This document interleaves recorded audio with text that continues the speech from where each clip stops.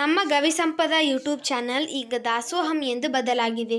ಇನ್ನು ಮುಂದೆ ನಮ್ಮ ದಾಸೋಹಂ ಚಾನಲ್ನಲ್ಲಿ ಪ್ರತಿನಿತ್ಯ ಪರಮ ಸತ್ಯದ ಕುರಿತಾದ ಚಿಂತನೆಗಳು ಮೂಡಿ ಬರುತ್ತವೆ. ಜೀವ ಎಂದರೇನು? ಕಾಣುವ ಜಗತ್ತಿನ ಸ್ವರೂಪವೇನು? ಜೀವ ಜಗತ್ತನ್ನು ನಿಯಂತ್ರಿಸುತ್ತಿರುವ ಶಕ್ತಿ ಯಾವುದು? ಜೀವನದ ಸಾರ್ಥಕತೆ ಹೇಗಾಗುತ್ತದೆ ಎನ್ನುವುದನ್ನು ಕುರಿತು ಪರಮ ಪೂಜ್ಯ ಶ್ರೀ ಗವಿಸಿದ್ದೇಶ್ವರ ಅಪ್ಪಾಜಿ ಗವಿಮಠ ಕೊಪ್ಪಳ ಮತ್ತು ಪರಮ ಪೂಜ್ಯ ಕೃಷ್ಣಾನಂದ ಅಪ್ಪಾಜಿ ಕಜ್ಜಿಡೋಣಿ ಹಾಗೂ ಗವಿಯವರಿಂದ ಚಿಂತನೆಗಳು ಮೂಡಿ ಬರಲಿವೆ.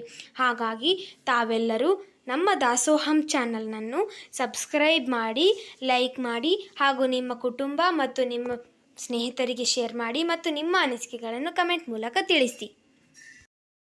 ಓಂ ಶ್ರೀ ಗುರು ಶಂಭುಲಿಂಗಾಯ ನಮಃ. ಜ್ಞಾನ ಪ್ರತಿಪಾದನ ಸ್ಥಳದ 57ನೇ ಪದ್ಯ.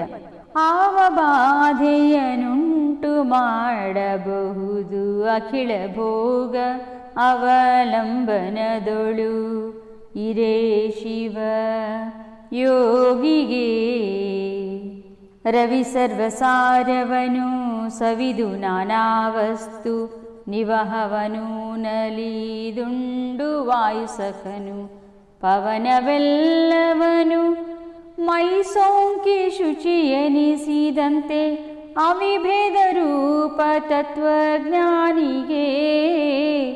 ಅವಿಭೇದ ರೂಪ ತತ್ವಜ್ಞಾನಿಗೆ ಆವ ಬಾಧೆಯನುಂಟು ಮಾಡಬಹುದು ಅಖಿಳ ಭೋಗ ಅವಲಂಬನದೊಳು ಇರೇ ಶಿವ ಯೋಗಿಯೇ.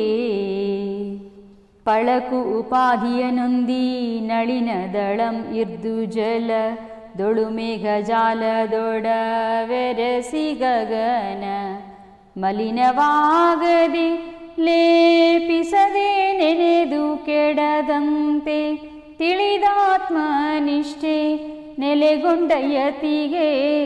ತಿಳಿದಾತ್ಮನಿಷ್ಠೆ ನೆಲೆಗೊಂಡ ಯತಿಗೆ ಆವ ಬಾಧೆಯನುಂಟು ಮಾಡಬಹುದು ಅಖಿಳ ಭೋಗ ಅವಲಂಬನದೊಳು ಇರೇ ಶಿವ ಯೋಗಿಗೆ.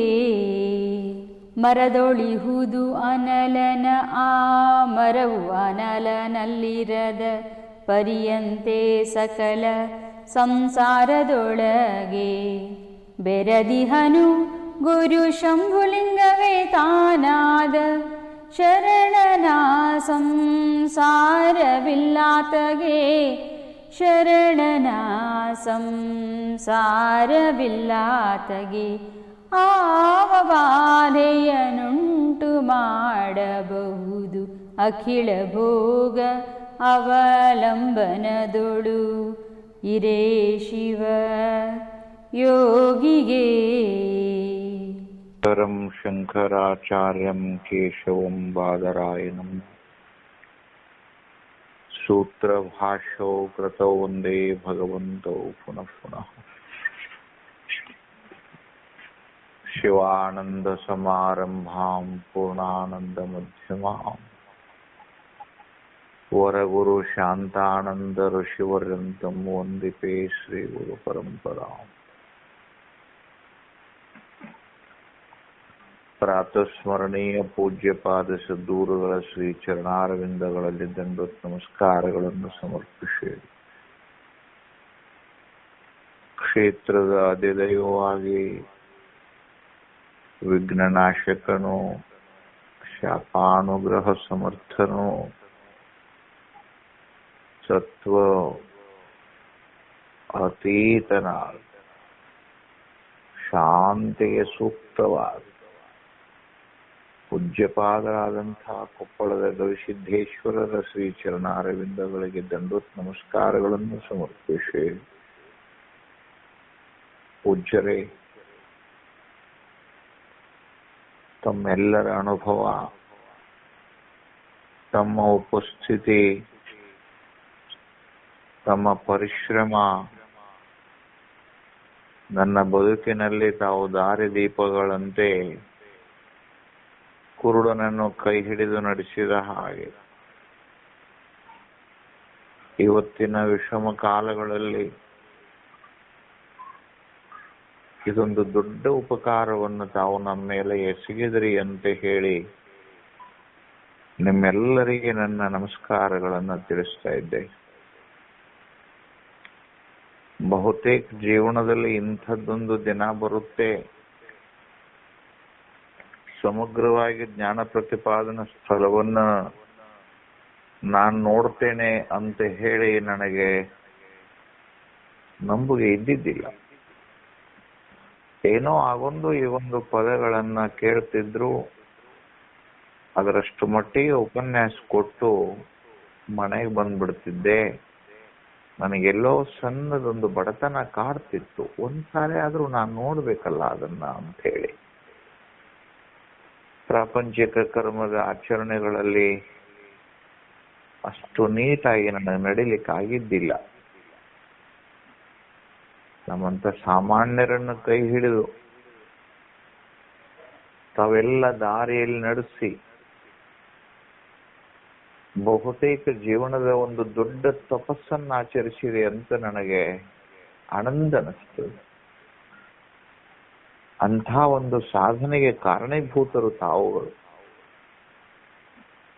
ಎಷ್ಟು ಜನ ಕ್ಲಾಸ್ನಾಗ ಇದ್ದೀರೋ, ಎಷ್ಟು ಜನ ಬಿಟ್ಟಿದ್ದೀರೋ,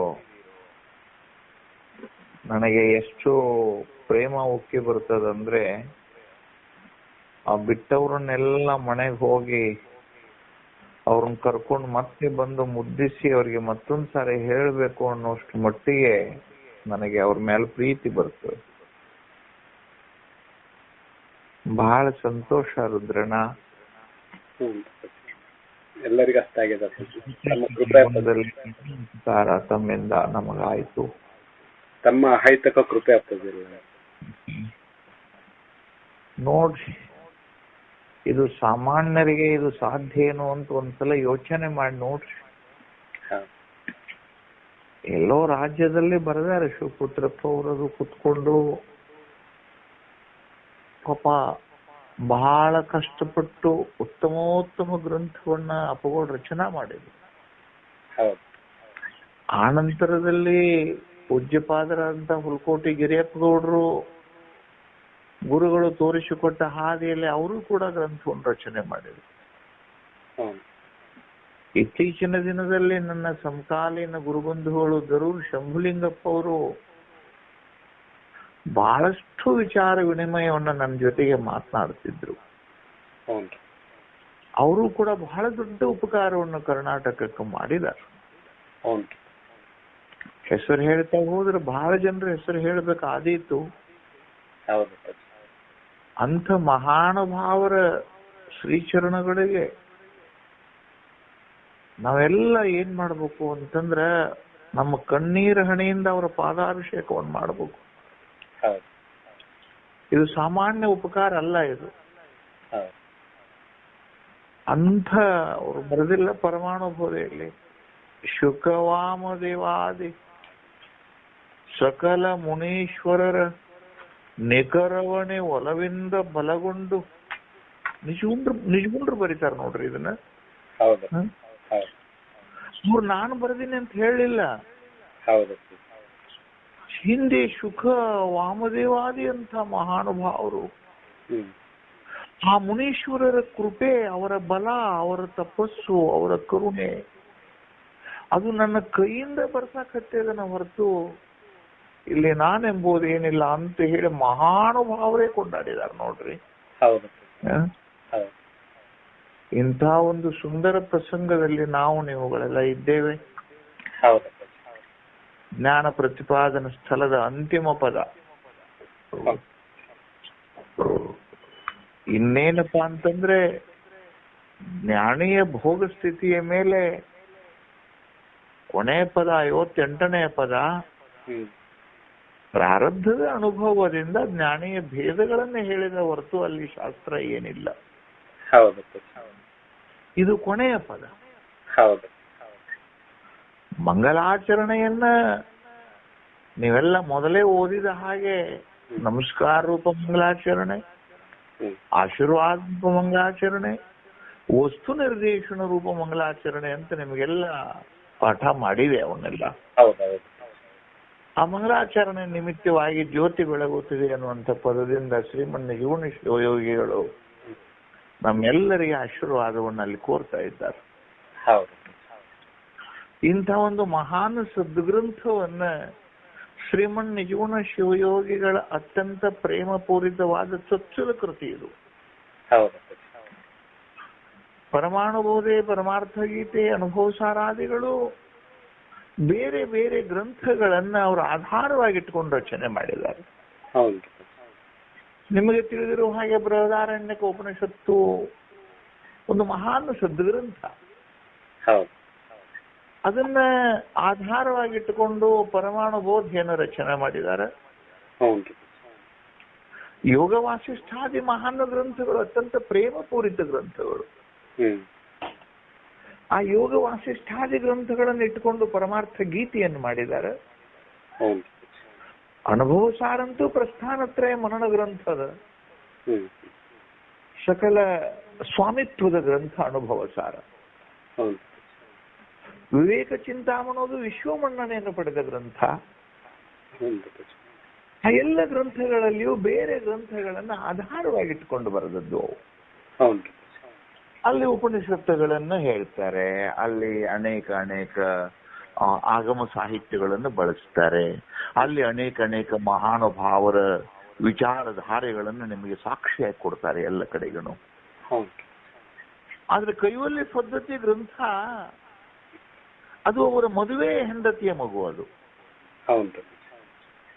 ಅದು ಅದಕ್ಕಿರುವಷ್ಟು ಬೆಲೆ ಲೋಕದಲ್ಲಿ ಯಾವ ಗ್ರಂಥಕ್ಕೂ ಇರ್ಲಿಕ್ಕಿಲ್ಲ. ಅದರಲ್ಲಿ ಅನುಭವವೇ ಪ್ರಭಾ. ತಮ್ಮ ಜೀವನದಲ್ಲಿ ಏನು ಅನುಭವ ಬಂತೋ, ತನ್ನ ಶಿವಯೋಗದಲ್ಲಿ ಯಾವ ಕಂಪನಗಳ ಬಂದುವೋ ಆ ಕಂಪನಗಳೇ ಶಬ್ದ ರೂಪವಾಗಿ ಮೂಡಿ ಬಂದಂತ ಪರಮೇಕ ರಸವಾದ ಗ್ರಂಥ. ಅದು ಉಷ್ಣ ತೀರಿದ ಹಾಲಿನಂತೆ, ಅದು ಜೇನು ಬೆರೆಸಿದ ಹಾಲಿನಂತೆ, ಅದು ಸಿಪ್ಪೆ ತೆಗೆದ ಕಬ್ಬಿನಂತೆ, ಅದು ಸುಲಿದ ಬಾಳೆಯ ಹಣ್ಣಿನಂತೆ. ಮಾಲಿನ್ಯರ ದೃಷ್ಟಾಂತ ಎಷ್ಟು ಚಂದದ ನೋಡವು. ಬಾಳೆಹಣ್ಣನ್ನು ಸುಲಿದು ಕೊಟ್ಟ ತಿನ್ನೋದು ಏನ್ ದೊಡ್ಡದಿನ್ನ. ಹಾಲು ಆರಿಸಿ ಜೇನು ಬೆರೆಸಿ ಕೈಯಾಗ ಕೊಟ್ರೆ ಕುಡಿಯೋದೇನ್ ದೊಡ್ಡದು. ಹಾಗೆ ಈ ಸ್ಥಳಗಳು ಇವತ್ತು ಜ್ಞಾನ ಪ್ರತಿಪಾದನ ಸ್ಥಳದ ಕೊನೆಯ ಭಾಗ. ಶಿಷ್ಯ ಗುರುವಿನ ಹತ್ತಿರ ಬಂದು ಸುಮ್ಮನಾಗದು ವಿಧಿಯೊಳೊಂದದೆ. ಸುಮ್ಮನೆ ನೆನಪು ಮಾಡ್ಕೊಂಡು ನೋಡ್ರಿ, ಎಷ್ಟು ಖುಷಿ ಅನಿಸ್ತದ. ನೀವು ನಡೆದು ಬಂದ ದಾರಿ ಇನ್ನೊಂದ್ಸಲ ಹೊಳೆ ನೋಡ್ರಿ, ಎಷ್ಟು ದೂರ ಬಂದಿರಿ ಅನ್ನೋದು ನೋಡ್ರಿ. ಒಂದ್ ಸ್ವಲ್ಪ ಶ್ರೀಶೈಲದ ಕಡೆಬಾಗಲದ ತಲೆ ನಿಂತೆ ಹೊಳ್ಳೆ ಭೀಮನ ಕುಳ ನೋಡಿದ್ರೆ ಅಯ್ಯೋ ಇದನ್ನ ದಾಟಿ ಬಂದೀನಿ ನಾನು ಅಂತ ಅನಿಸ್ತದಲ್ಲಿ. ಇಲ್ಲಪ್ಪ ಸುಮ್ಮನಾಗದು ವಿಧಿಯೊಳೊಂದದೆ ಅನ್ನುವಂತ ಪದದಿಂದ ಪ್ರಾರಂಭ ಮಾಡಿದ ನಿಮ್ಮ ಪ್ರಯಾಣ ಎಲ್ಲಿಗೆ ಬಂದು ನಿಂತು ಅಂದ್ರೆ ಲೋಕದೊಳಗೆ ಸಮಸ್ತ ವ್ಯವಹಾರಕ್ಕೆ ಅತೀತನಾಗಿ ಯಾವುದಕ್ಕ ಹೆದರಿ ಓಡಿ ಹೋಗಿದ್ದೇನೋ. ರಜ್ಜುವಿನಲ್ಲಿ ತೋರಿದ ಸರ್ಪವನ್ನು ಹೆದರಿ ಓಡಿ ಹೋಗಿದ್ದೆ. ಗುರುದೇವ ದಯಾನಿಧಿ ಬಂದ, ಬೆಳಕನ್ನು ಹಿಡಿದು ತೋರಿಸಿದ. ಅಲ್ಲೇನಿತ್ತು?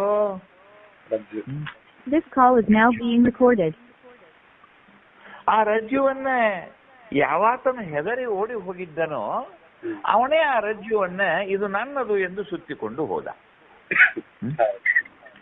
ರುದ್ರನ್ನ ಚಂದಿಲ್ಲ, ಇದನ್ನ ನೋಡಿ ಓಡಿ ಹೋಗಿದ್ದ, ಅದನ್ನ ತಗೊಂಡು ಹೊಲಕ್ ಹೋದ. ಎಷ್ಟು ಚಂದದ ನೋಡಿ ವಿಚಾರ. ಹಾಗೆ ಈ ಜಗತ್ತು, ಈ ಜಗದ ವೈವಿಧ್ಯಗಳು,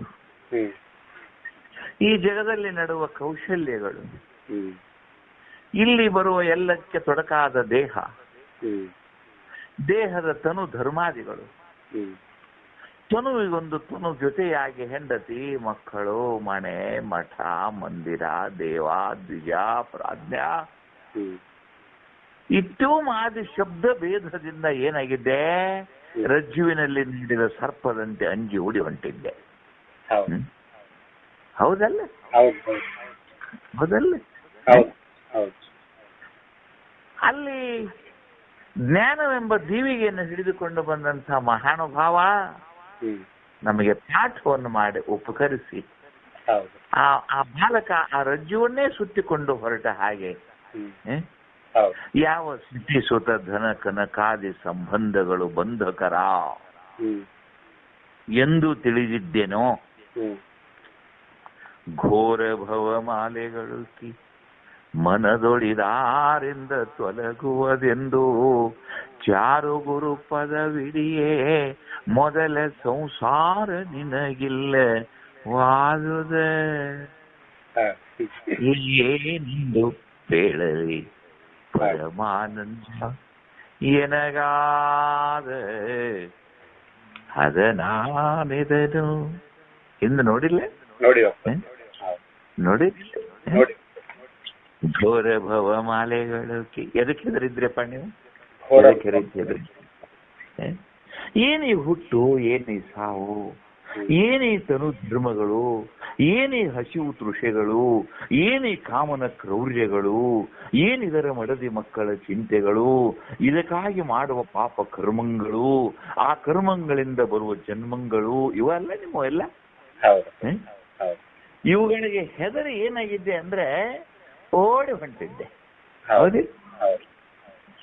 ಆ ಓಡಿ ಹೋಗುವಂತಹ ಮಗುವನ್ನು ಕರೆದು ಮುದ್ದಿಸಿ ಸದ್ಗುರು ಏನ್ ಮಾಡಿದ ಅಂತಂದ್ರೆ ಅಲ್ಲಿ ಜ್ಞಾನದ ದೀವಿಗೆಯನ್ನು ಕೊಟ್ಟ. ನೋಡು ಈ ಜಗತ್ತಂದ್ರೆ ಏನು? ಏನ್ ಹೇಳಿದವ? ಅಂದ್ರೆ ಏನು? ಎಲ್ಲಿದೆ ನೋಡು, ಎಲ್ಲಿದೆ ಮನೆ, ಎಲ್ಲಿದೆ ಮಂದಿರ, ಎಲ್ಲಿದೆ ಮಡದಿ, ಎಲ್ಲಿದೆ ಮಕ್ಕಳು, ನೋಡಕ್ ಶುರು ಮಾಡ್ದ. ಆಗ ಮಾಡಿದ್ದೇನದು? ಆಗ ಮಾಡಿದ್ದೇನು? ಮತ್ ಮೊದಲು ನೋಡಿದ್ದಿಲ್ಲೇನು?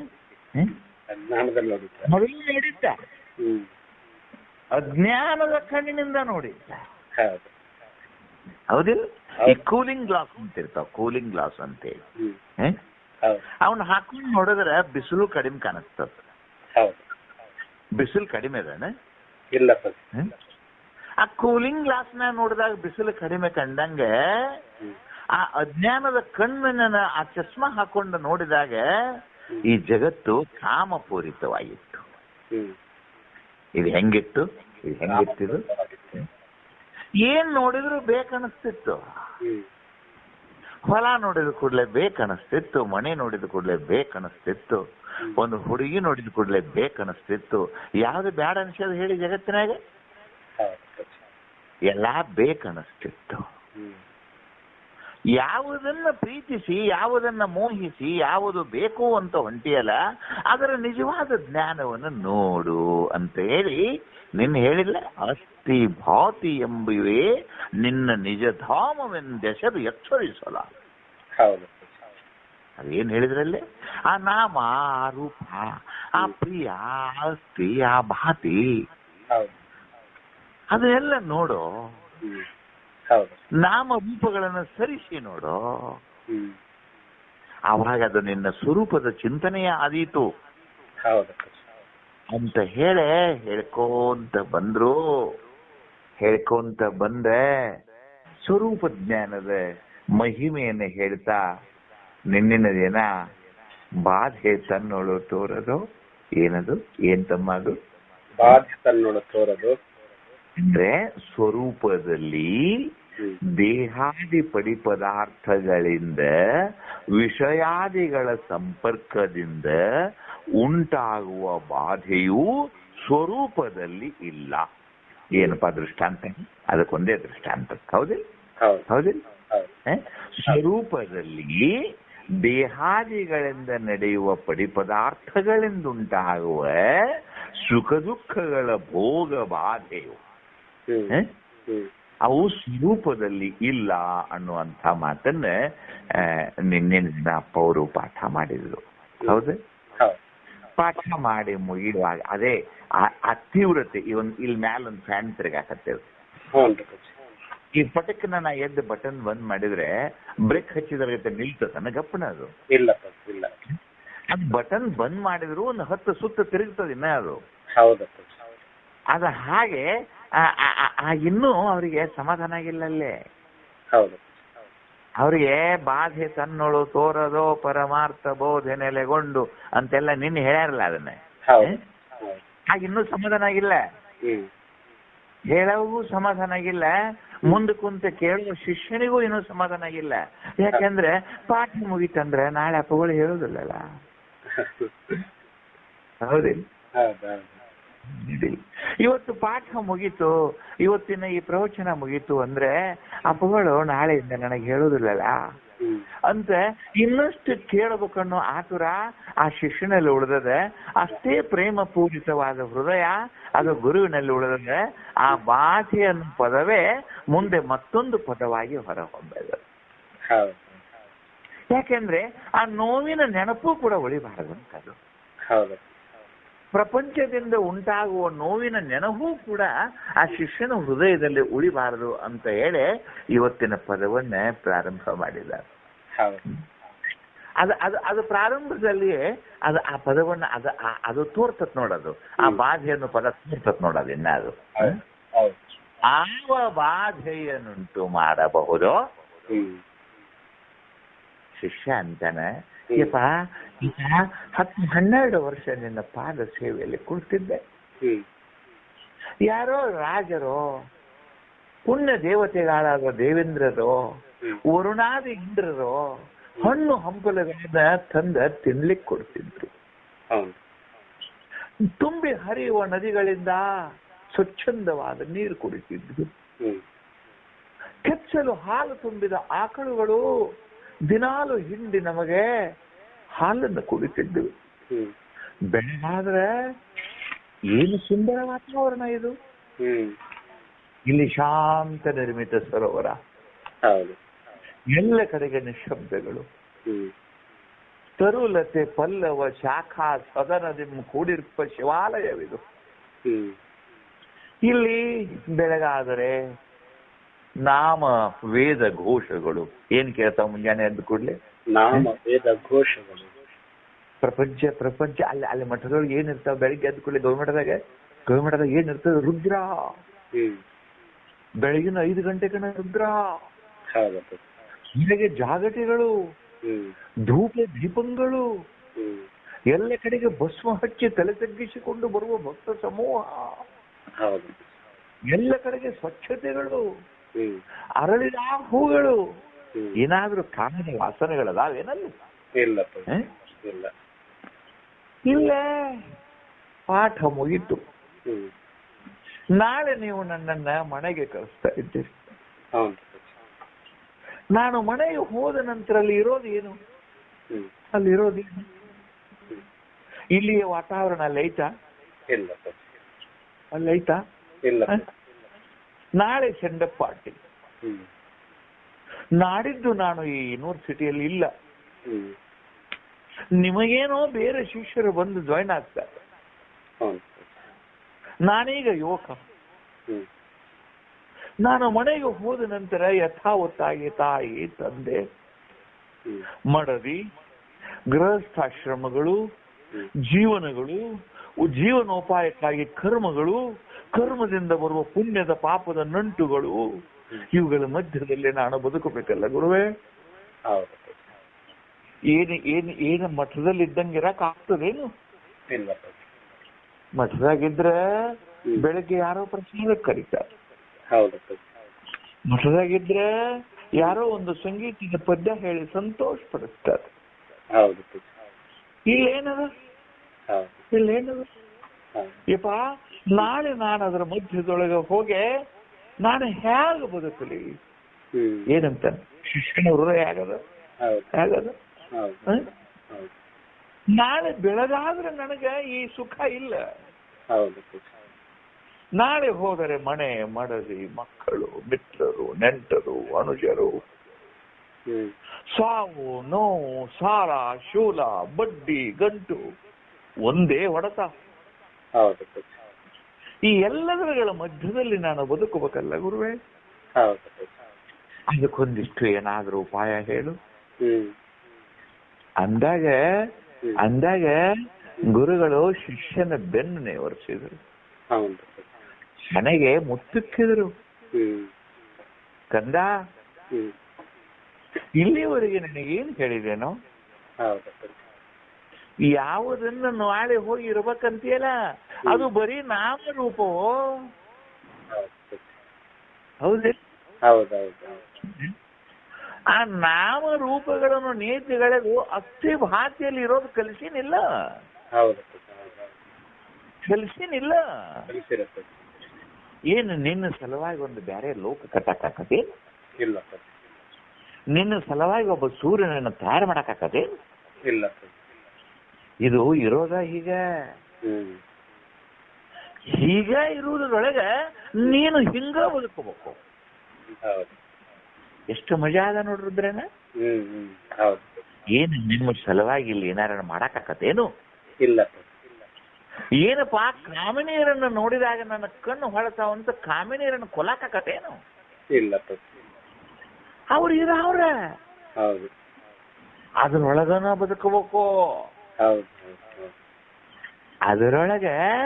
ಅದರೊಳಗೆ ಜೋಪಾನವಾಗಿ ನಾನು ಕೊಟ್ಟ ವಿದ್ಯೆಯನ್ನ ಅಂತರ್ಗತ ಮಾಡಿಕೊಂಡ ಬದುಕೋ ಅದೇನ್ ಮಾಡ್ತದ? ಹೌದು. ಚಂದಿಲ್ಲ? ಚಂದಿಲ್ಲ?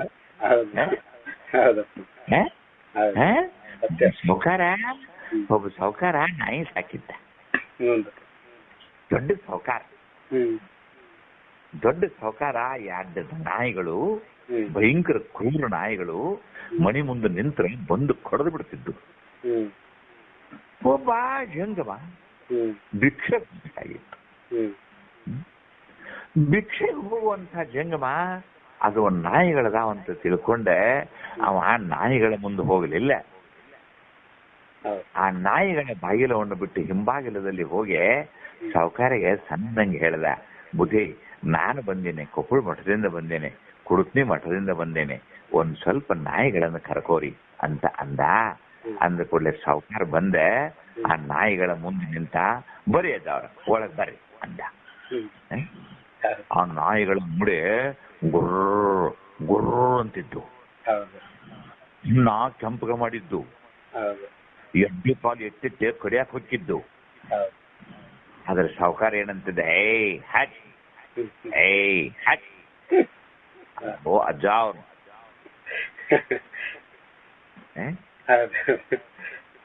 ಕರ್ಕೊಂಡು ಒಳಗ್ ಹೋದ್ರು. ಕುರ್ಚಿ ಮೇಲೆ ಕುಡ್ಸಿದ್ರು. ತಂಬಿಗೆ ತಾಟು ತಗೊಂಡು ಬಂದು ಗುರುಗಳ ಪಾಕ್ ಪೂಜೆ ಮಾಡಕತ್ತಿದ್ರು. ನಾಯಿಗಳು ನೋಡಿದ್ವು. ಈಗ ನೋಡಿದ್ವಣ್ಣ ಬಾಗಿಲ್ದಾಗ ಬರುವಾಗ ನೋಡಿದ್ದು. ಆಗ ಹೆಂಗ್ ಮಾಡಿದ್ರು, ಗುರ್ರ ಅಂದು. ಯಾವಾಗ ಪಾದ ಪೂಜಾ ಮಾಡಿ ಮಣಿ ಸೌಕಾರ್ತಿ ಇಬ್ರು ಕೂಡಿ ಗುರುಗಳಿಗೆ ಸಾಷ್ಟಾಂಗ ಹಾಕಿ ಅವರಿಗೆ ಪ್ರಸಾದ ತಾಟ ಕೊಟ್ಟು ಪ್ರಸಾದ ಮಾಡಿಸಿದ್ರು. ಅವು ದಾವೇದ ಬಿದ್ದುಕೊಂಡು ನೋಡಿ ಅಂದುಕೊಂಡು ಏನು ಅಂದ್ರೆ, ಇವರು ನಮ್ಮ ಸಾವುಕಾರಿಗೆ ಬೇಕಾದವರು. ಇನ್ನು ಗುರು ಅಂತ ಅವನ ಹೋಗು ಮುಂದೆ ಬಾಲ ಆಗಲಾಡ್ಸಕತ್ತಿದ್ರು. ಯಾವ ನಾಯಿ ಕಡಿಯಾಕ್ ಬಂದಿದ್ದು ಆ ನಾಯಿ ಬಾಲ ಆಗಲಾಡ್ಸಕತ್ತಾವ. ಹೌದಿಲ್ಲ? ಹಿಂಗೆ ಅಜ್ಞಾನ ಕಾಲದಲ್ಲಿ ಯಾವ ಸಂಸಾರ ಕಡಿಯಾಕ್ ಬಂದಿತ್ತೋ ಆ ಸಂಸಾರ ಏನಾಗ್ಯದ? ಪ್ರಸಾದ. ಅದು ಏನಾಗ್ಯದ ಈಗ? ಅದು ಆ ಸಂಸಾರವೇ ಪ್ರಸಾದ ಆಗಿದೆ ಅಂತದಪ್ಪ. ಆ ಪ್ರಾಸಾದಿಕ ರೂಪ ಸಂಸಾರವನ್ನ ಆ ಶಿವಯೋಗಿ ಹೆಂಗ ಜೀವನದಲ್ಲಿ ಅನುಭವಿಸ್ತಾನ ಅನ್ನೋದು ಹೇಳವ್ರಿನ್ನವರು. ಆವ ಬಾಧೆಯನ್ನುಂಟು ಮಾಡಬಹುದು ಅಖಿಲ. ಏನ್ ಶಬ್ದಮ್ಮ ಅದು? ಏನದು? ಅಖಿಲ ಅಂದ್ರ ಏಟಾಲ್ ಎಲ್ಲವೂ ಕೂಡಿ. ಎಲ್ಲವೂ ಅಂದ್ರೆ ಎಷ್ಟು ಅದಾವ? ಇಲ್ಲಿ ಎಲ್ಲದೂ ಅಂದ್ರೆ ಎಷ್ಟು ಅದಾವ? ಇಲ್ಲಿ 2 ಅದಾವ. ಒಂದು ವೈದಿಕ ಪ್ರಪಂಚ, ಒಂದು ಅವೈದಿಕ ಪ್ರಪಂಚ. ಎಷ್ಟದಪ್ಪ ಇಲ್ಲಿ ರುದ್ರಣ್ಣ? ಇಲ್ಲಿ ಎರಡೇ. ಭೋಗ ಎರಡೇ. ಎರಡೇ. ಒಂದು, ನೀವು ವೈದಿಕ ಪ್ರಪಂಚಗಳು, ನೀವೆಲ್ಲ ಏನದ್ರಲ್ಲ ಕುರುತಿ ಮಠದವರು, ನೀವು ನಮ್ಮ ಶಿವಾನಂದ ಮಠದವರು, ನೀವೆಲ್ಲ ನಮ್ಮ ಗುರುಗಳನ್ನೇ. ನಿಮ್ಮ ಪ್ರಪಂಚ ಎಂತಹದ್ದಪ್ಪ? ನಿಮ್ಮದು ವೈದಿಕ ಪ್ರಪಂಚ. ಹೌದು. ನೀವು ವೈದಿಕ ಪ್ರಪಂಚದಲ್ಲಿ ಏನ್ ಮಾಡ್ತೀರಿಪ್ಪ?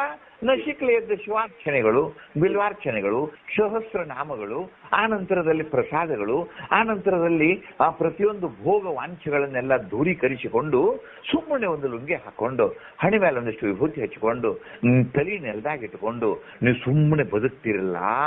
ನಿಮ್ಮದೇನಂತಾರೆ ಇದಕ್ಕೆ? ವೈದಿಕ ಪ್ರಪಂಚ. ಇದು ಪ್ರಪಂಚವೇ.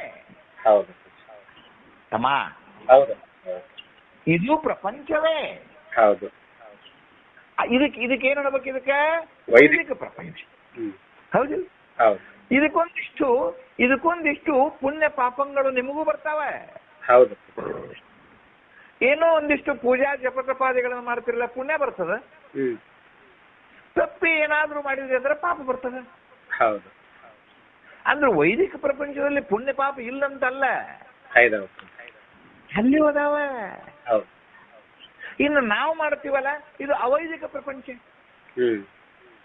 ನೀವು ಪೂಜಾ ಮಾಡ್ತೀರಿ, ನಾವು ಶಗಣಿ ಮಾಡ್ತೀವಿ. ಹೌದಿಲ್ಲ? ಹೌದಿಲ್ಲ? ನೀವು ನಶಿಕ್ಲೆ ಪೂಜಾ ಮಾಡ್ತೀರಿ, ನಾವು ಶಗಣಿ ಮಾಡ್ತೀವಿ. ನೀವು ಆನಂತರ ನೀವೇನೋ ಒಂದಿಷ್ಟು ಪ್ರವಚನ ಮಾಡ್ತೀರಿ, ನಾವು ಆಳು ಕಾಳು ಕರ್ಕೊಂಡ್ ಕೇಸೆ ಹೊಲ ಕೆಲ್ಸಕ್ಕೆ ಹೋಗ್ತೀವಿ. ನಾವು ಏನೋ ಮಾಡತ್ತೀವಿ, ನಮಗೂ ಒಂದಿಷ್ಟು ಪುಣ್ಯ ಬರ್ತದೆ, ನಮಗೂ ಒಂದಿಷ್ಟು ಪಾಪ ಬರ್ತದೆ. ಹೌದಿಲ್ಲ? ಹೌದಿಲ್ಲ?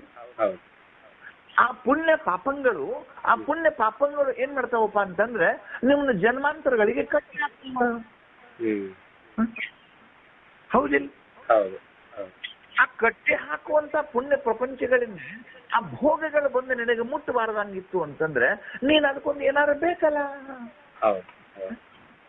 ವಿದ್ಯುತ್ತಿನ ಲೈನ್ ಬಂಧಗಳು ಹಿಡಿತಾ ಒಂದು ಕ್ಷಣ ಔಟ್ ಆಗಿ ಬರ್ತೀನಿ. ಒಂದು ಕ್ಷಣ ಯಾರ್ದೋ ನಿಗ್ರು ಬಹಳ ಆಗ್ಯದ. ಒಂದ ಕ್ಷಣ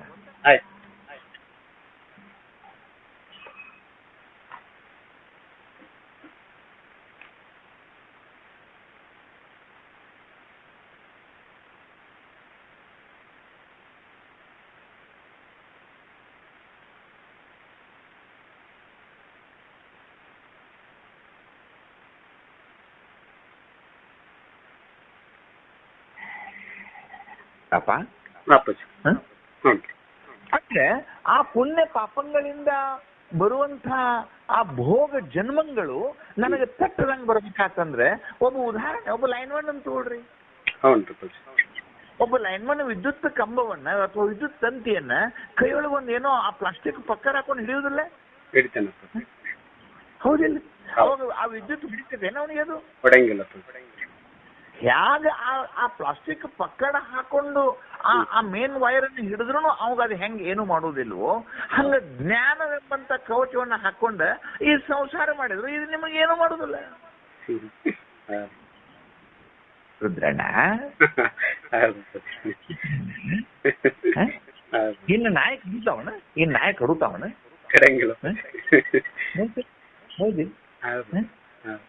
ಇಲ್ಲಿ ಭೋಗ ಅಂತ ಒಂದು ಪದ ಬರದಾನ ನೋಡ್ರಿ. ಅಲ್ಲಿ ಒಂದ್ ಸ್ವಲ್ಪ ನಿಮ್ಮಂತಲ್ಲಿ ಪುಸ್ತಕ ಇರ್ತತಿ, ಅದ್ ಚಂದಂಗ್ ನೋಡ್ರಿ. ಅಲ್ಲಿ ಆವ ಬಾಧೆಯನ್ನುಂಟು ಮಾಡಬಹುದು ಅಖಿಳ ಅನ್ನೋ ಪದಕ್ಕೇನು? ವೈದಿಕ ಪ್ಲಸ್ ಅವೈದಿಕ. ಆತ ಅಖಿಳ ಪದಕ್ಕೆ ಅರ್ಥ ಆತ. ಇನ್ನು ಮುಂದೇನು? ಭೋಗ ಪ್ಲಸ್ ಆಲಂಬನ. ನೋಡು, ಇದು ದೇಹ ತಮ್ಮ. ಸನ್ಯಾಸಿ ದೇಹವೇ, ಸಂಸಾರ ಇದು ದೇಹವೇ. ಒಂದು ದೇಹ ಅದ ಅಂದಾಗ ಅದಕ್ಕೊಂದು ಪುತ್ತಣ್ಣ ಬೇಕು. ಬೇಕೋ ಬೇಡ ರುದ್ರಣ್ಣ? ಅದಕ್ಕೊಂದು ಮೀಟರ್ ಅರಿವು ಬೇಕೋ ಬೇಡೋ ತಮ್ಮ? ನೀರಿಡಿಸಿದಾಗ ಒಂದು ಬಗಸಿ ನೀರು ಬೇಕೋ ಬೇಡಪ್ಪ? ಮಣ್ಕೊಳಕ್ ಒಂದು ಹಾಳು ದೇಗುಲರ ಬೇಕೋ ಬೇಡೋ? ಬೇಕಪ್ಪ. ಏನನ್ನ ಈ ದೇಹ ಏನನ್ನ ಆಶ್ರಯಿಸಿ ಬದುಕ್ತತಲ್ಲ ಅದಕ್ಕೆ ಅವಲಂಬನ ಅಂತ. ತಮ್ಮ ನಾಳೆ ಜನ್ಮದೊಳಗ ಅಪಗೋಳ್ ಈ ಶಬ್ದ ಬಿಟ್ಟು ಪಾಠ ಮಾಡ್ಯಾರ ಅಂದಿಗಿಂದಿರಿ. ಯಾವ್ದಾರ ಒಂದು ಅಕ್ಷರವನ್ನ ನಮಗೆ ಹೇಳಾರ್ದ ಹೋದ್ರ ಅಂದಿಗಿಂದಿರಿ. ನನ್ನ ಗುರುಗಳು ನನಗೆ ಹೆಂಗ ಮೋಸ ಮಾಡಲಾರ್ದೆ ಪಾಠ ಮಾಡ್ಯಾರೋ ಹಾಗೇನೆ ನಿಮಗೆ ಮಾಡ್ತಾ ಇದ್ದೇನೆ. ಅವಲಂಬನ ಅಂದ್ರೆ ಗೊತ್ತಾಗ್ತಿಲ್ಲ. ದಾರ್ಯಾಗ ಹೋಗ್ತೀವಂದ್ರೆ ಕಲ ಒಂದ್ ಜೊತೆ ಆವಿಗೆ ಬೇಕು, ನನಗೊಂದ್ ಜೊತೆ ಚಪ್ಪಲಿ ಬೇಕು, ಮಳೆಗಾಳಿಗೊಂದು ಕೊಡಿ ಬೇಕು, ತಿನ್ನಕ್ಕೊಂದು ತುತ್ತನ್ನು ಬೇಕು, ಭಿಕ್ಷೆ ಬೇಡಕ್ಕೊಂದು ಜೋಳಿಗೆ ಬೇಕು. ಬೇಕೋ ಬೇಡೋ ತಮ್ಮ? ಅವು ಅವಲಂಬನ ಸಾಮಗ್ರಿಗಳವು. ಆ ಅವಲಂಬನ ಸಾಮಗ್ರಿಗಳಿಗೆ ಭೋಗ ಅಂತ ವಿಶೇಷಣ ಕೊಟ್ಟ ನೋಡಲ್ಲ. ಭೋಗ ಅಂದ್ರೆ ಏನು ಅಂದ್ರೆ ನೋಡು, ಇಲ್ಲಿ ತನಕ ಬಹಳಷ್ಟು ಕಡೆ ಬೇಡ ಬೇಡ ಭೋಗ ದೊಡ್ಡನಾಟ, ಅಲ್ಲಿ ಭೋಗ ಪದ ನೋಡಿದ್ದೀರಿ. ಅಖಿಳ ಭೋಗಾವಲಂಬನದೋಳಿರಿ, ಇಲ್ಲಿ ಭೋಗವನ್ನು ನೋಡ್ತಾ ಇದ್ದೀರಿ. ಭೋಗ ಮೋಕ್ಷಗಳೆರಡು ಆ ಶಿವಕಾರುಣ್ಯ ಸ್ಥಳದಲ್ಲಿ 5ನೇ ಪದ್ದಾಗ ನೋಡ್ರಿ. ಅಲ್ಲಿ ಹರನಾಮವನ್ನು ಬಿಡದೆ ಜಪಿಸಬಲ್ಲವರ ಭವಮರಣ ಮಾಯಾ ಕರ್ಮ ಮಲಪಾಶ ಬಂಧ ಬಹು ದುರಿತ ಸಂಸಾರ ಸಂತಾಪ ಸಂಚಯ ಒಳಿದು ವರ ಭೋಗ ಮೋಕ್ಷಬಹುದು. ನೋಡ್ರಿ ಆ ಭೋಗ ಪದಗಳು ಎಲ್ಲೆಲ್ಲಿ ಬಂದಿದಾವದು. ಅಂದ್ರೆ ಭೋಗ ಅಂದ್ರೆ ಏನು, ಯಾವುದಕ್ಕೆ ಭೋಗ ಅನ್ಬೇಕು? ಭೋಗ ಪದಕ್ಕೆ ಅರ್ಥ ಅನ್ನೋದಕ್ಕೆ ಗೀತಾಚಾರ್ಯನ ಕೃಷ್ಣನನ್ನು ಕೇಳಬೇಕು. ಅವ ಚಂದ ಹೇಳ್ತಾನ, ಮಾತ್ರ ಸ್ಪರ್ಶಾಸ್ತು ಕೌಂತೆಯ ಶೀತೋಷ್ಣ ಸುಖ ದುಃಖದ. ಹೆಂಗ್ ತಮ್ಮ ಅದು? ಮಾತ್ರ ಸ್ಪರ್ಶಾಸ್ತು ಕೌಂತೆಯ ಶೀತೋಷ್ಣ ಸುಖ ದುಃಖದಾಹ ಆಗಮಾಪಾಯಿನೋ ಅನಿತ್ಯಾಹ ತಾಂ ಸುತಿಕ್ಷಸ್ವ ಭಾರತ. ಶವಾಯ್. ಭೋಗ ಅಂದ್ರೆ ತಮ್ಮ ಇಂದ್ರಿಯಗಳಿಗೆ ವಿಷಯಗಳು ಬಂದು ಸಂಪರ್ಕ ಆಗ್ತಿಟ್ಪಾಯಿ. ಇಲ್ಲ ಒಳ ಕುಂತನಿ ಜಲ ಆಗಕತ್ತೈತಿ ನನಗೆ. ಬಿಸಿ ಗಾಳಿ ಬಂದ ಚರ್ಮಕ್ಕೆ ಬಡಿತು. ಆ ಚರ್ಮ ಇದು ಬೆಚ್ಚಗದ ಅಂತ ಏನು ಹೇಳ್ತಲ್ಲ, ಆ ಬೆಚ್ಚಗ ಇದ್ದಿದ್ದು ಹಿತವಾಗಿಯೋ ಅಹಿತವಾಗಿಯೋ ನನಗಿತ್ತು ಅಂದ್ರೆ ಆ ಅನಿಸಿಕೆಗೆ ಭೋಗ ಅನ್ಬೇಕು. ಅರ್ಥ ಆಗತೈತೋ ಏನ್ ಬಡಿಗೆ ತಗೊಳ್ಳೋ? ಹೆಂಗಪ್ಪ? ಇಂದ್ರಿಯಗಳಿಗೂ ಮತ್ತು ವಿಷಯಗಳಿಗೂ ಮಾತ್ರ ಸ್ಪರ್ಶ ಅಷ್ಟು ಕೌಂಟೇಯ. ಹೌದಿಲ್ಲ? ಆ ವಿಷಯಗಳು ಬಂದು ಇಂದ್ರಿಯಗಳಿಗೆ ಬಂದು ಸಂಪರ್ಕ ಆದಾಗ ಆ ಇಂದ್ರಿಯಗಳಿಗೆ ಸುಖವೋ ದುಃಖವೋ ಹಿತವೋ ಅಹಿತವೋ ಒಂದು ಅನುಭವ ಬರ್ತದಲ್ಲ, ನಿನಗೊಂದು ಅನುಭವ. ಆ ಅನುಭವಕ್ಕೆ ಏನ್ ಅನ್ಬೇಕಂದ್ರೆ ಭೋಗ ಅನ್ಬೇಕು. ಅರ್ಥ ಆತೋ ಇಲ್ಲೋ? ಹಲೋ, ಅರ್ಥ ಆಯ್ತ? ಏನು ಈ ನಾಲ್ಗೆ ಮೇಲೆ ಬೆಲ್ಲ ಇಡ್ತೀನಿ ನಿನಗೆ ತಮ್ಮ. ನಿನ್ ನಾಲ್ಗೆ ಮೇಲೆ ಏನಿಟ್ಟೆ ಈಗ? ಬೆಲ್ಲ ಇಟ್ಟಿದ್ದಪ್ಪ. ಏನಿಟ್ಟೆ? ಬೆಲ್ಲ. ಬೆಲ್ಲ ಹೆಂಗದ? ಸಿಹಿಯಾಗಿದೆ. ಈಗ ಅದು ಸಿಹಿಯಾಗಿದೆ. ಆ ಸಿಹಿಯಾಗಿ ಹೇಳ್ತೀಯಲ್ಲ, ಅದು ಭೋಗ. ಅದು ಹೌದು. ಬೆಲ್ಲ ಭೋಗ ಅಲ್ಲ. ಹೌದು, ಅದರ ರುಚಿ. ಬೆಲ್ಲ ಭೋಗ ಅಲ್ಲ. ಹೌದು. ನಾಲಿಗೆ ಭೋಗ ಅಲ್ಲ. ಹೌದು ತಮ್ಮ. ಹೌದು, ಅದರೊಳಗಿನ ಬೆಲ್ಲ ಮತ್ತು ನಾಲಿಗೆ. ಬೆಲ್ಲ ಮತ್ತು ನಾಲಿಗೆ ಕೂಡಿದಾಗ ಆ ಬೆಲ್ಲವು ಸಿಹಿಯಾಗಿ. ಹೌದು, ಆ ಬೆಲ್ಲವು ಸಿಹಿಯಾಗಿದೆ ಅನ್ನುವಂತ ಅನುಭವ ಬರ್ತದಲ್ಲ. ಹೌದು. ಆ ಅನುಭವ ಅದು ಸುಖರೂಪವೂ ಇರಬಹುದು, ದುಃಖ ರೂಪವೂ ಇರಬಹುದು. ಹೌದು ಹೌದು ಹೌದು ಹೌದು. ಅದು ಸುಖರೂಪವು ಅಥವಾ ದುಃಖ ರೂಪವು ಇದ್ದಾಗ ಅದನ್ನ ಏನು ನೀನು ಅದನ್ನ ಅನುಭವಿಸ್ತೀಯಲ್ಲ, ಆ ಅನುಭವಕ್ಕೆ ಭೋಗ ಅಂತ ಕರೀಬಹುದು. ಆಯಪ್ಪ. ಆ ಭೋಗಗಳು 2 ತೆರನಾಗಿಲ್ಲ. ಆ ಭೋಗ ಎಷ್ಟು ತೆರನ ಇದಾವ ತಮ್ಮವು? 2 ತೆರನಾಗ. 2 ತೆರನ. ಒಂದು ಇಂದ್ರಿಯಜನ್ಯ ಉಂಟಾಗುವ ಸುಖದಿಂದ ಉಂಟಾಗುವ ಭೋಗ ಒಂದಾದ್ರೆ, ಧ್ಯಾನಾವಸ್ಥೆಯಲ್ಲಿ ಸಮಾಧಿ ಅವಸ್ಥೆ ತಮ್ಮ. ಹೌದು ಅಪ್ಪಾಜಿ. ಅಲ್ಲೊಂದು ಭೂಗತಿಲ್ಲ, ಹೌದು ಹೌದು. ಅಲ್ಲೊಂದು ಭೂಗತಿಲ್ಲ. ಆಯ್ತು ಆಯ್ತು. ಈ ಇಂದ್ರಿಯ ಮತ್ತು ವಿಷಯಗಳ ಸಂಪರ್ಕದಿಂದ ಉಂಟಾದಂತಹ ಭೋಗ ಒಂದು ತೆರನಾಗಿದ್ರೆ, ಶಿವಯೋಗದಲ್ಲಿ ಧ್ಯಾನಾವಸ್ಥೆಯಲ್ಲಿ ಸಮಾಧಿ ಅವಸ್ಥೆಯಲ್ಲಿ ನಾಮಾಮೃತದಲ್ಲಿ ಉಂಟಾಗುವ ಆನಂದ ಇದಲ್ಲ, ಅದು ವರಭೋಗ ಅಂತ ಕರಿಬಿಟ್ಟದ. ಗೊತ್ತಾತಪ್ಪ? ಗೊತ್ತಾತ? ಅಂದ್ರೆ ಇವು ಎರಡೂ ಭೋಗಗಳು ಅಖಿಲ ಭೋಗಾವಲಂಬನದೊಳಿರಿ. ನೀನು ಸನ್ಯಾಸಿಯಾಗಿಯಾ ವರಭೋಗದಲ್ಲಿರಬಹುದು, ನೀನು ಸಂಸಾರಿಯಾಗಿಯಾ ಈ ಮಡದಿ ಮಕ್ಕಳ ತಾಕಲಾಟದಲ್ಲಿರಬಹುದು. ಈ ಎರಡೂ ತಾಕಲಾಟಗಳು ನಿನಗೆ ಸಂಭವಿಸದಂತೆ ಇರುವ ಎರಡೂ ಹೌದಿಲ್ಲ? ಆವ ಬಾಧೆಯನ್ನುಂಟು ಮಾಡಬಹುದು ಅಖಿಲ ಭೋಗಾವಲಂಬನದೊಳಿರೆ. ಶಿವಯೋಗಿಗೆ ಏನ್ ತಮ್ಮ ಶಬ್ದದು? ಶಿವಯೋಗಿಗೆ ನೋಡು ನೋಡು, ಅಲ್ಲಿ ಭಕ್ತನಿಗೆ ಅಂತ ಬರೀಲಿಲ್ಲ. ಹೌದು ತಮ್ಮ, ಹೌದು. ಅಲ್ಲಿ ಭಕ್ತನಿಗೆ ಅಂತ ಬರೀಲಿಲ್ಲ, ಶರಣನಿಗೆ ಅಂತ ಬರೀಲಿಲ್ಲ, ಜ್ಞಾನಿಗೆ ಅಂತ ಬರೀಲಿಲ್ಲ. ಹೌದು. ಯಾರಿಗಂತ ಬರ್ದಾರ ತಮ್ಮ ಅಲ್ಲಿ? ಶಿವಯೋಗಿಗೆ. ಯಾರಿಗಂತ ಬರ್ದಾರೆ? ಶಿವಯೋಗಿಗೆ. ಹುಟ್ಟಿ ಬಂದ ನಂತರ ಈ ದೇಹ ಹುಟ್ಟಿ ಬತ್ತು ಅಂದ್ರೆ ಇದಕ್ಕೊಂದು ತುತ್ತನ್ಬೇಕು. ಹೌದಿಲ್ಲ? ಹೌದು. ಅನ್ನಕ್ಕಾಗಿ ಒಂದು ಕೆಲಸ ಬೇಕು, ಮಾಡಿ ಹಾಕಾಕೊಂದು ಹೆಂಡತಿ ಬೇಕು, ಹೆಂಡತಿ ಮಾಡ್ಕೊಂಡಿನ ಮಕ್ಕಳ ಬೇಕು. ಇವು ಎಲ್ಲ ಕೂಡಿ ಏನಾಗ್ತದ ಅಂತಂದ್ರೆ, ಶಿವನ ಕೃಪೆಯಿಂದ ಯಾವ ಸಂಸಾರಿ ಅದಾನ, ಯಾವ ಸನ್ಯಾಸಿ ಅದಾನ, ಯಾವಾತನು ಪುಣ್ಯ ಪುರುಷ ಈ ಲೋಕದಲ್ಲಿ ಬದುಕ್ಯಾನ, ಯಾವಾತನು ಶಿವಾರ್ಚನೆಯನ್ನು ಮಾಡಿ ಆ ಶಿವನ ಅನುಗ್ರಹವನ್ನು ಪಡೆದಾನ, ಯಾವನು ಸಕಲಕ್ಕೂ ಶಿವನೇ ಆಧಾರನೆಂದು ತಿಳಿದಾನ, ಅಂತ ಪುಣ್ಯ ಪುರುಷನಿಗೆ ಏನಂತ ಕರಿಬೇಕಮ್ಮ? ಶಿವಯೋಗಿಗಳು. ಕೊಪ್ಪಳದಪ್ಪವ್ರಿಗೆ ಏನಂತ? ಕೊಪ್ಪಳಪ್ಪವ್ರಿಗೆ ಏನಂತಾರೆ? ಅವರು ಶಿವಯೋಗಿಗಳು. ಸಕಲ ಭಾರವನ್ನು ಶಿವನ ಮೇಲೆ ಹಾಕಿ, ಶಿವನೇ ಸರ್ವಕ್ಕೂ ಆಧಾರನೆಂದು ತಿಳಿದು, ಶಿವನೇ ಸರ್ವಗ್ರಾಹ್ಯವೆಂತೆ, ಸರ್ವವು ಶಿವಾರ್ಪಣಂತ ಬದುಕವಾಗ ಶಿವಯೋಗಿ ಅಂತ ಕರಿಬೇಕು ತಮ್ಮ. ಅಂಥ ಶಿವಯೋಗಿಗೆ ಅಂದ್ರೆ ಬ್ರಹ್ಮಾರ್ಪಣಂ ಅನ್ನೋದಿಲ್ಲ, ನೀವೆಲ್ಲ ಅಲ್ಲಿ ಗೀತಾದ ಬಲ್ಲ ಅವ್ರು ಹೆಂಗ್ ಹೇಳ್ತಿರ್ತಿರೋದು, ಬ್ರಹ್ಮಪಳಿ ಬ್ರಹ್ಮಾಗ್ನೂ ಬ್ರಹ್ಮನಾಹುತಂ ಬ್ರಹ್ಮೈವ ತೇನ ಗಂತವ್ಯಂ ಬ್ರಹ್ಮ ಕರ್ಮ ಸಮಾಧಿನ. ಏನಪ್ಪ ಸರ್ವಕರ್ಮ ಇಲ್ಲವಾದವಪ್ಪ? ಪೂರ್ಣಮದ ಪೂರ್ಣಮಿದಂ ಪೂರ್ಣಾತ್ ಪೂರ್ಣಮುದಚ್ಯತೆ ಪೂರ್ಣಸ್ಯ ಪೂರ್ಣಮಾದಾಯ ಪೂರ್ಣಮೇವಾವಶಿಷ್ಯತೆ. ಎಲ್ಲಿ ಹೋತಪ್ಪ? ಎಲ್ಲಿ ಆತಪ್ಪ? ಪೂರ್ಣದಲ್ಲಿ.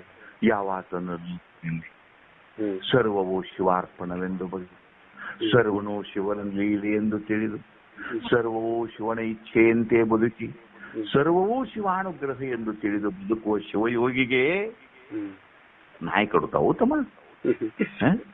ನಾಯಿ ಕಡುತ್ತಾವ? ನಾಯಿ ಗಂಡು ಬಡಿತಾವ,